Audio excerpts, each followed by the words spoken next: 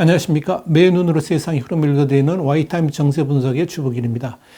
한국의 미사일 최대 사거리하고 탄도 중량 등을 제한했던 미사일 지침이 22일 열렸던 이 한미 정상회담에서 완전히 폐기가 됐습니다. 지난 1979년에 만들어졌고요. 사거리 180km, 탄도 중량 500kg으로 제한되었던 미사일 지침이 이후에 이제 김대중 정부 시절인 2001년에 사거리 제한이 300km 늘어났고요. 이명박 정부 때는 800km로 늘었습니다. 그리고 문재인 정부 출범 직후인 2017년에 탄도 중량 제한이 이제 완전히 풀렸고, 지난해에는 이제 고체 연료 사용도 허가가 되었습니다. 이렇게 4차례나 개정되어 왔던 미사일 지침이 완전히 이제 종료가 됐습니다. 그러면서 이제 한국은 독자적으로 아무런 제한 없이 미사일을 개발할 수 있는 미사일 주권을 확보하게 됐다, 이렇게 말씀드릴 수 있습니다. 당연히 북한뿐 아니라 중국, 러시아 등을 사거리에 두는 미사일 개발도 이제 가능해진 겁니다. 이론적으로 보면 대륙간 탄도미사일, 그러니까 ICBM 개발도 가능합니다. 그러나 한국은 사거리가 한 1,000km에서 3,000km 정도 되는 중거리 미사일과 잠수함 발사 탄도미사일, 그러니까 SLBM 개발에 집중하지 않을까, 이런 전망이 현재로서는 더 많습니다. 사거리가 1,000km인 탄도미사일이라면 이 제주도에서 북한 전역을 사정권으로 포함할 수 있고요. 중국 베이징과 일본 도쿄도 이제 사정권 안에 들어갑니다. 그리고 사정거리 2,000km 이상이면 중국 내륙까지도 도달할 수가 있습니다. 현재 우리 군은 당장이라도 베이징 같은 중국 본토까지 사정거리에 들어오는 1,500km 이상 사거리의 탄도미사일을 개발할 기술적 역량을 축적하고 있는 것으로 알려졌습니다. 현재 현무포의 경우에 탄도 중량이 2톤인데요. 그 중량을 500kg으로 줄이면 사거리는 당장 1,500km로 늘어나면서 베이징까지 도달할 수 있게 됩니다. 이미 2001년 1차 개정을 통해서 탄도 중량은 500kg 이내에서 무제한으로 사거리를 늘릴 수 있는 순항 미사일은 사거리 1,500km의 현무 3C가 배치되어 있죠. 뿐만 아니라 의지만 있다 그러면 탄도 중량을 줄이지 않고도 이 사거리를 늘리는 기술 개발에 박차를 가할 수 있을 것으로 보고 있습니다. 현재 우리 군은 탄도 중량이 2톤 이상, 사거리 800km의 현무4 탄도미사일을 보유하고 있고요. 사거리 제한을 받지 않는 순항미사일은 탄도 중량 500kg, 사거리 1,500km의 현무 3C를 가지고 있습니다. 한편 우리 군은 이 사거리와 탄도 중량을 대폭 늘린 탄도미사일 3종 세트 개발을 마무리한 것으로 알려졌습니다. 국방과학연구소는 발사 지점에 따라서 지상에서의 발사하는 지대지 탄도미사일을 현무 4-1로 했고요. 함정에서 발사되는 함대지 탄도미사일을 현무 4-2, 그리고 잠수함에서 발사되는 잠대지 탄도미사일을 현무 4-4로 명명한 것으로 알려졌습니다. 이 중에서 현무 4-1은 괴물 벙커버스터 내지는 괴물 미사일로 불리는데요. 이 현무 4-1은 기존 현무2 미사일, 이 현무2는 탄도 중량이 500kg 이상이었는데 여기에 비해서 훨씬 더 크고 무거운 탄두를 장착할 수가 있습니다. 사실 이 현무 4의 사거리를 300에서 500km 정도 줄이면 탄두 중량을 4에서 5톤 이상으로 늘릴 수가 있습니다. 세계 각국의 단거리 탄도 미사일들의 탄도 중량이 대체적으로 500kg에서 1톤 수준인데 이걸 4톤에서 5톤 이상 이렇게 늘린다는 것은 세계적으로도 유례를 찾기 어렵습니다. 이렇게 되면 어떤 일이 발생하느냐? 강화 콘크리트 24m 이상, 또 일반 지면은 180m 정도를 뚫을 수가 있습니다. 그러니까 사실상 전술핵급 위력에 달하게 되는데요. 이렇게 되면 김정은 벙커도 얼마든지 깨뚫을 수 있을 것으로 판단이 됩니다. 한미 정상회담이 끝난 직후에 문재인 대통령은 공동 기자회견에서 기쁜 마음으로 한미 미사일 지침 종료 사실을 전한다라고 이렇게 밝혔습니다. 그런데 이렇게 한국의 탄도미사일 사거리와 탄도 중량 등을 제한해왔던 미사일 지침이 완전히 폐기된 것은 한마디로 한미 간의 이해가 일치됐기 때문입니다. 사실 미사일 지침의 완전 폐기는 지난해 7월 말 열렸던 한미 간 협의회에서 이미 어느 정도 방향이 잡혔었습니다. 그때 이제 미사일 개발할 때 고체 연료 사용 제한을 해제했는데 그때 이 사거리 800km의 제한도 곧 풀릴 것이다. 이런 예상들이 나와 있었습니다. 당시 트럼프 정부는 이 사거리 제한을 푸는 것에 대해서 반대하지 않는다. 이런 의사 표명을 했고요. 또 미국 정부는 한국이 사거리 1000에서 3000km의 중거리 탄도미사일, 그러니까 이걸 MRBM이라고 하는데 이걸 개발하는 것에 대해서 긍정적이다. 이렇게 말하기까지 했습니다. 한국 측은 이 전시작전권 이양을 준비하기 위해서 이 사거리 제한은 필수적이었고 또한 자주국방이라는 슬로건을 충족시키는 데 있어서 중요한 전제 조건이었습니다. 또한 미국 입장에서는 한국의 미사일 능력 향상이 중국 견제에 도움이 된다고 판단했기 때문에 그런 거죠. 자, 그런데 이렇게 미사일 지침이 해제된 것에 대해서 북한은 과연 어떤 반응을 보이게 될까요? 사실 우리 군이 보유하고 있는 미사일만으로도 충분히 지금 북한 전역을 타격할 수 있기 때문에 이번 지침 개정이 북한에 대해서는 큰 영향을 미치지 않을 수 있습니다. 그런데 북한은 지난해 7월 말에 한미 간의 미사일 지침 개정으로 인해 가지고 고체 연료 사용이 가능해졌었죠. 그때 즉각적으로 대결 흉심을 드러내고 있다 그러면서 우리 정부를 강력하게 비난한 바 있습니다. 대외 선전 매체인 메아리는 지난해 8월 2일에 갈수록 드러나는 기만과 배신이라는 제목의 기사에서 남조선이 한미 미사일 지침 개정으로 고체 연료를 이용한 우주 발사체로 저궤도 군사정찰 위성을 쏘아 올릴 수 있게 되었다 그러면서 현재 800km로 되어 있는 탄도미사일 사거리 제한 문제도 미국과 협의하여 해결해 나가겠다라고 했다. 그러면서 그렇게 밝힌 겁니다.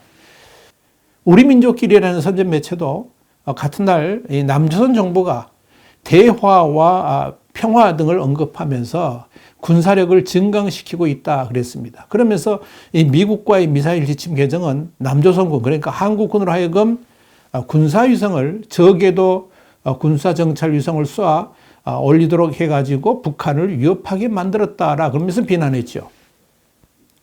고체 연료 사용에 대해서도 그렇게 반응했는데 이 사거리 제한 해제에 대해서는 더욱더 강력하게 반응하지 않겠나 이렇게 보여집니다. 북한은 지난 5월 17일, 불과 며칠 전이죠. 이 5월 17일에도 고고도 무인 정찰기 글로벌 호크 1개 대대를 2023년까지 전력화한다. 이런 우리 정부 방침에 대해서도 우리 민족끼리라는 매체를 내세워가지고 남조선 군부는 무분별한 대결 관계로 조선반도 평화 파기자로서의 저들의 정체를 결의 앞에, 온 세계 앞에 스스로 드러내 놓았다라고 강력하게 비난한 바 있습니다. 또한 5월 9일에도 북한 선전 매체 우리 민족끼리는 국회 국방위에서 요격 미사일 체계 등을 논의한 것에 대해서 이렇게 비난을 했습니다. 남조선 호정광들의 대결적 본성은 어제도 오늘도 변한 것이 하나도 없다 그러면서 민심에 역행하여 조선반도의 전쟁 위기를 몰아오는 남조선 호정광들의 대결 망동은 온 결의의 규탄과 배격을 면치 못할 것이다. 이렇게 비난을 했습니다. 자, 북한이 그런데 또 중국은 어떨까요? 이번 한미 간의 미사일 지침 해제는 사실 중국 입장에서는 아주 불쾌하게 받아들일 가능성이 매우 높습니다. 일단 사거리 800km 제한이 해제되면서 중거리 또 중거리 탄도미사일 MRBM 또는 IRBM이라 할 수 있는데 이런 것이라든지 대륙간 탄도미사일 ICBM 능력을 한국이 갖추게 된다 그러면 당장 중국 전역이 사거리에 포함되기 때문에 그런 거죠. 사실 그동안 이 사거리 제한만 남았던 미사일 지침 완전 폐기가 최종적으로 확정되지 않았던 것은 중국을 지나치게 자극할 수 있다. 이런 이유 때문이었습니다. 이건 오히려 한국 정부보다 미국 백악관이 더 머뭇머뭇했던 것으로 알려졌습니다. 그런데 이 미중 갈등 상황이 더 악화되고 한국 정부가 이번 정상회담에서 미국 측의 요구를 대폭 수용하면서 이 제한도 이번에 결국 해제되었다. 이렇게 볼 수가 있을 겁니다. 그렇다면 그 우려 그대로 중국은 당연히 반발하게 될 겁니다. 그러나 중국의 반발은 적반하장이라고 해도 무방할 겁니다. 중국은 이미 사거리 12,000km에 달하는 대륙간 탄도미사일을 실전 배치해 놓은 상황이죠. 자신들은 이미 한국 전역은 물론이고 미국까지 도달할 수 있는 미사일을 보유하고 있으면서 우리가 중국 전역을 커버할 수 있는 미사일을 보유할 수 있다고 해서 반발하는 것 자체가 어불성설이죠. 그럼에도 중국은 강력 반발할 겁니다. 이미 사드 배치 때도 그랬죠. 그래 놓고도 중국은 우리나라 전역을 커버할 수 있는 러시아산 사드 S-400을 도입해가지고 산둥성에 배치를 했습니다. 그렇다고 우리 정부의 양해를 구한 적은 없습니다. 중국은 또 한국의 탄도미사일 사거리 연장이 MTCR, 이게 이제 미사일 테크놀로지 컨트롤 레짐이라는 이 국제 규범인데요. 이걸 위반하는 것이라고 주장할 가능성도 있습니다. 지난 2012년 때부터 중국은 그렇게 주장을 해왔었습니다. 그런데 이 규범은 사거리 300km를 초과하는 탄도미사일 개발 관련 기술이라든지 부품의 이전을 금지하는 것이지 미사일 자체 개발을 금지하는 것은 아닙니다. 그렇기 때문에 전혀 문제가 될 것은 없습니다. 그럼에도 중국이 반발할 수 있는 여지가 있는 게 뭐냐면 이번 미사일 사거리 제한 해제가 아태 지역에서 아시아 태평양 지역에서 중국의 군사력 팽창을 견제하려는 미국의 의도가 반영된 것이라는 해석이 있기 때문에 그런 거죠. 한국이 중거리 탄도미사일을 개발해 가지고 실전 배치하게 되면 미국은 직접 한반도에 중거리 미사일을 배치하지 않고도 중국과 러시아를 견제하는 효과를 얻을 수가 있습니다. 특히 미국 입장에서는 트럼프 정부 때부터 이 중국 견제를 위해서 동아시아 지역에 미사일망을 구축하는 방안을 검토해 왔고요. 바이든 정부도 주일 미군 기지를 미국의 중거리 미사일 배치 장소로 거론을 해왔었습니다. 그런데 미국이 주한미군 기지에도 중거리 미사일을 배치할 수 있다는 이야기가 나오니까 중국은 유독 격렬하게 반발하면서 미국이 미사일 배치를 강행한다 그러면 절대로 좌시하지 않겠다 그랬습니다. 그러면서 반드시 모든 필요한 조치를 통해서 반격하겠다는 입장을 내놓은 바 있습니다. 그런데 한국이 독자 개발한 중거리 미사일을 보유하게 되면 이런 중국의 반발을 피해가면서도 중국을 견제하는 효과를 거두게 될 것으로 보입니다. 바로 이 점을 중국이 가장 우려하고 있는 거죠. 자, 그렇다면 정말 중요한 게 뭐냐면 지금부터입니다. 미사일 지침 해제 이후에 우리 정부는 크게 두 가지 측면에서 어떻게 대응해야 될 것인지 방향을 확실히 잡아야 될 겁니다. 첫째는 뭐냐면 북한의 반발에 대해서 어떻게 대응할 것인지 문제입니다.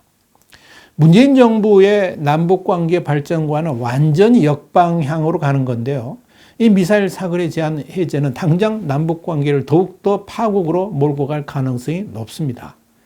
사실 우리 정부는 남북관계를 고려해가지고 북한 탄도미사일 요격용인 LSAM, 이걸 LSAM이라고 그러는데 LSAM의 발사시험도 막은 적이 있습니다. 지난 2018년의 일입니다. 방어용인 이 LSAM은 이 북한의 핵과 미사일 위협에 맞서서 우리 군이 구축 중인 한국형 미사일 방어체계, 그리고 KAMD의 핵심 무기입니다. 그런데 청와대 지침에 따라서 이걸 억제시켰던 겁니다. 북한의 장사정포 위협에 대응해가지고 우리 군이 독자 개발한 전술지대지 유도탄, 이 KT-SSM인데 이 전력화도 지연시킨 전력이 있습니다.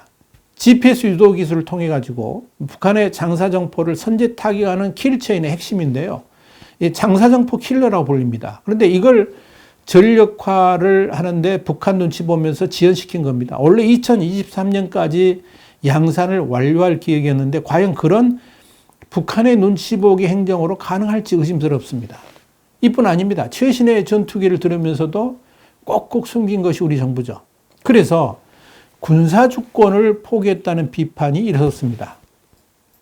그런데 미사일 주권을 이야기하려면 당연히 군사주권도 확실하게 세워야 됩니다. 과연 그렇게 북한 눈치 보지 않고 남북 간 대화를 구걸하지 않는 당당한 정책을 추진해 갈 수 있겠는가 하는 것이 우리 정부가 맞닥뜨린 첫 번째 과제입니다. 두 번째는 중국의 반응에 대한 우리 정부의 대응입니다. 사실 사거리 제한 없는 미사일 개발은 독립국가로서 당연한 주권일 겁니다. 그런데 이걸 문제 삼아가지고 중국이 한국에 시비를 건다면 당당하게 대응해야 되는데 과연 우리 정부가 그렇게 할 수 있겠는가 하는 의구심이 생긴다는 겁니다. 단지 미사일 주권뿐만이 아닙니다. 이번 한미 정상회담에서 대만 문제, 쿼드 문제, 첨단 기술 동맹 같은 이런 곳곳에서 중국이 이 반발할 소리들이 널려 있습니다. 아마도 거센 파도가 몰려올 것으로 예상이 됩니다. 중국은 아마도 이번 한미 정상회담 결과를 놓고 한국도 중국과 디커플링을 하기로 작정했다라고 판단할 겁니다. 그래서 이번 한미 정상회담 결과가 실행화되기 전에 강력하게 한국 정부의 손발을 묶으려고 외교적 저항을 해올 가능성이 높다 이렇게 보여집니다. 그렇게 작정하고 달려드는 중국에 어떻게 대응해야 될지 분명한 방향을 설정해야 된다는 겁니다. 이미 주사위는 던져졌습니다. 그것이 문재인 정부가 원하는 방향이었는지 아니면 어쩌다가 그렇게 된 것인지는 알 수 없습니다만은 이미 가야 할 길이 정해졌다는 겁니다. 여기서 또 흔들리면 안 됩니다. 어차피 가야 할 길이라면 당당하게 큰 걸음을 내디딜 수 있기를 바랍니다. 그것이 대한민국의 국익을 추구하는 길이기 때문에 그렇습니다. 와이타임 정세분석이었습니다. 다음 시간에 다시 뵙겠습니다. 감사합니다.